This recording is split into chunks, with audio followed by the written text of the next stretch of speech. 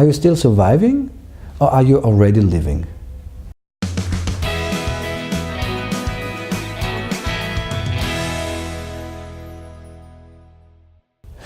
I know, or I think, that we come from a long period of surviving, at least in Europe, in Middle Europe, in certain cultures.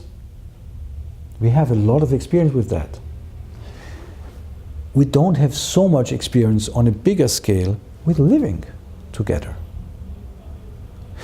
For a long time we thought, that we have to survive that planet. We have to survive the others, the other cultures, the other tribes, the other nations. And these habits, these actions have brought us to where we are. They have brought many, many good things. We were obviously able to survive that planet so far. Maybe we now reach a point where these survival attitudes get us to a point where if we continue that for too long, the planet might not necessarily survive us. So maybe it's time, and that's why I would also call the initial pyramid not a pyramid of needs, but when you look at it this way, it actually becomes a pyramid of growth. We grow from the basis of surviving. Of course, we come to this planet, we come to this earth, and we need to secure our survival first. But then the question is, if we are able to survive now, and we see that, with so many machines, they take the jobs we don't want to do, there's so much automation, there's an supply with food, at least in certain cultures, that hold that food and don't give it to other cultures. But we have reached a point where actually we kind of could secure our survival here. And then the interesting question comes, what now? What then? What's next? If we are able to survive, if we're fine, if our survival is somehow guaranteed, and the next level is living with all the qualities I just told you, what will we do? How will we fill our time? What will we do with each other? I don't think that this is an easy question. Why? Because I think we don't have a lot of experience with that. We have experiences in small entities. As I said, we have experiences as lovers. We have experience with living as friends. We have experience with living together as families, even as neighborhoods, maybe as towns. But mostly it's on a small or local basis. And sometimes it worked, and sometimes, we'd fall from living mode into survival mode and back again. I think even over your lifespan, you start in living mode. Children are always in living mode. Why? Because their parents guarantee their survival. They don't have to take care. They cannot even take care of their survival. How should they? If you're 2 years old, how should you do that?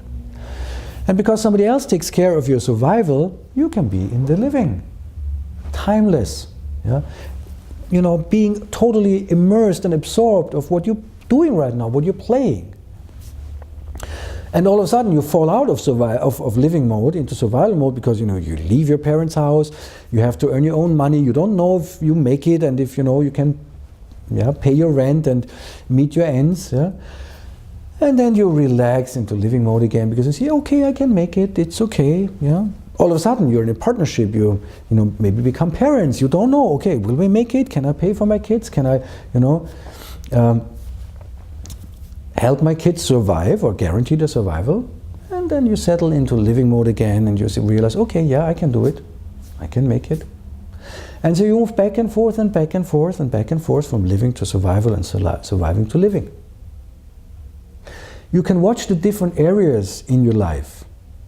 Your work, your relationship. Does it feel like living? Or does it still feel like surviving? Am I with the others or am I against the others? How do my bosses keep me in a survival mode? You need to work harder, do more, otherwise something horrible will happen. Our competitor will buy us, we will lose market share, this or that. Or does my boss or my peers worked with me on a living mode. Do you think life is survival and then we die and that's it? Or do you think survival is one step towards living and that's what we are here for? I think we haven't even begun on a global scale, on a bigger scale. Because as I said, living is together, surviving is against each other. And I think this is on a global scale.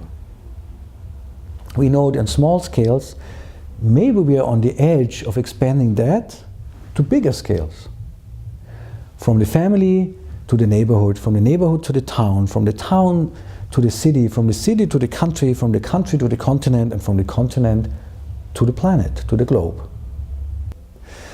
There's a lot more to say about living and surviving, and we will do that in other videos, coming videos.